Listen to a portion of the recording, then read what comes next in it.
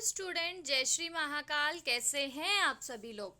उम्मीद करती हूँ सभी अच्छे होंगे, मस्त होंगे और स्वस्थ होंगे।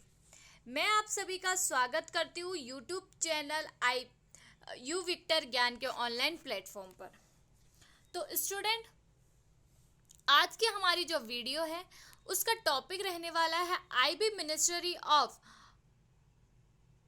होम अफेयर्स की तरफ से वैकेंसी है जिसका नाम है assistant central intelligence officer grade 2 यानी ACIO सेकंड की ये पोस्ट रहने वाली है।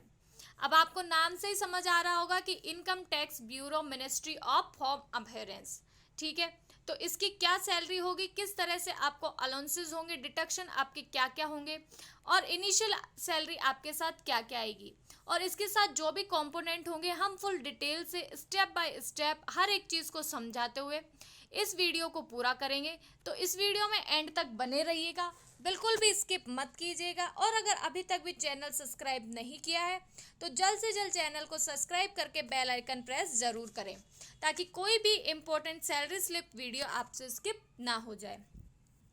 तो स्टूडेंट, अगर मैं बात करूं कि आईबी यानी कि इनकम टैक्स ब्यूरो, इसमें अगर आपको ACIO की पोस्ट चाहिए तो ये दो तरह से मिलती है। पहली, एक तो आपकी SSC CGL के एग्ज़ाम के थ्रू आपको पोस्ट मिलती है ASO की। इसमें क्या होता है, इसमें ये होता है कि इसमें आपकी जो IB की पोस्ट रहती है उसमें आपका डेस्क वर्क ज़्यादा होता है, फील्ड वर्क कम होता है।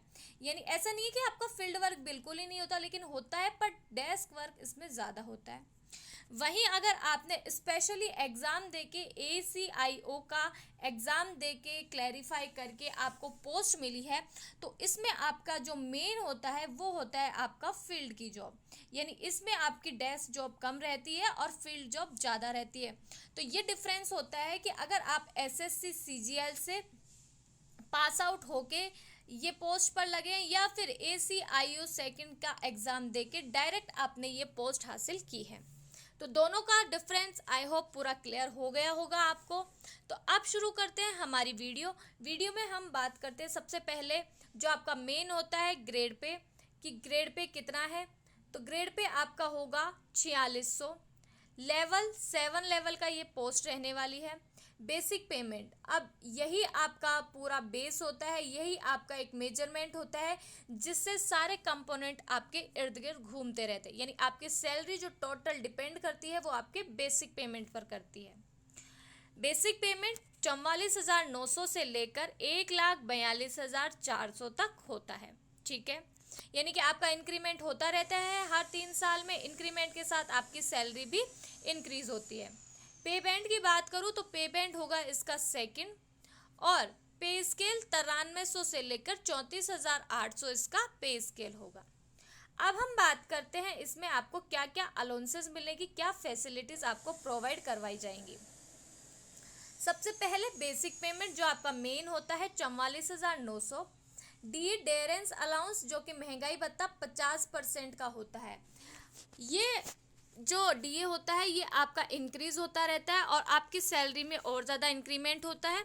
तो अभी 50% यानी ये आपका बेसिक का 50% होगा, कितना, 22,450 रुपये का।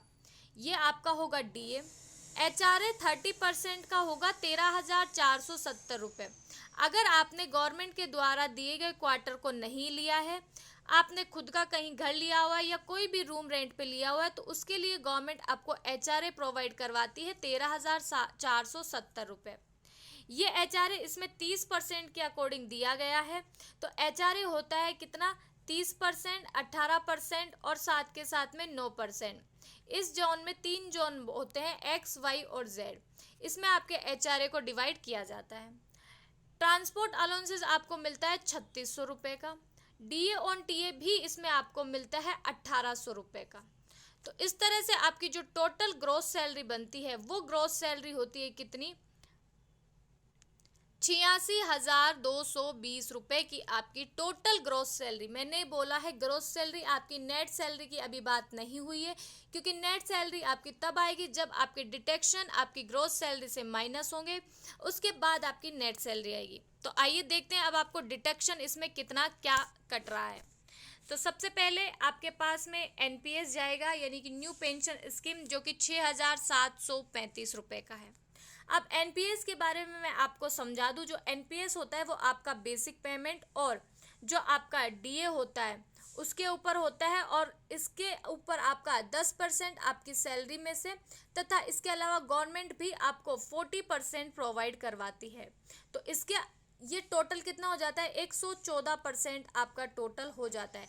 सेंट्रल गवर्नमेंट का यही फायदा रहता है कि आपको 14% जो आपके डीए और बेसिक पेमेंट होता है उसका 14% गवर्नमेंट आपको प्रोवाइड करवाती है।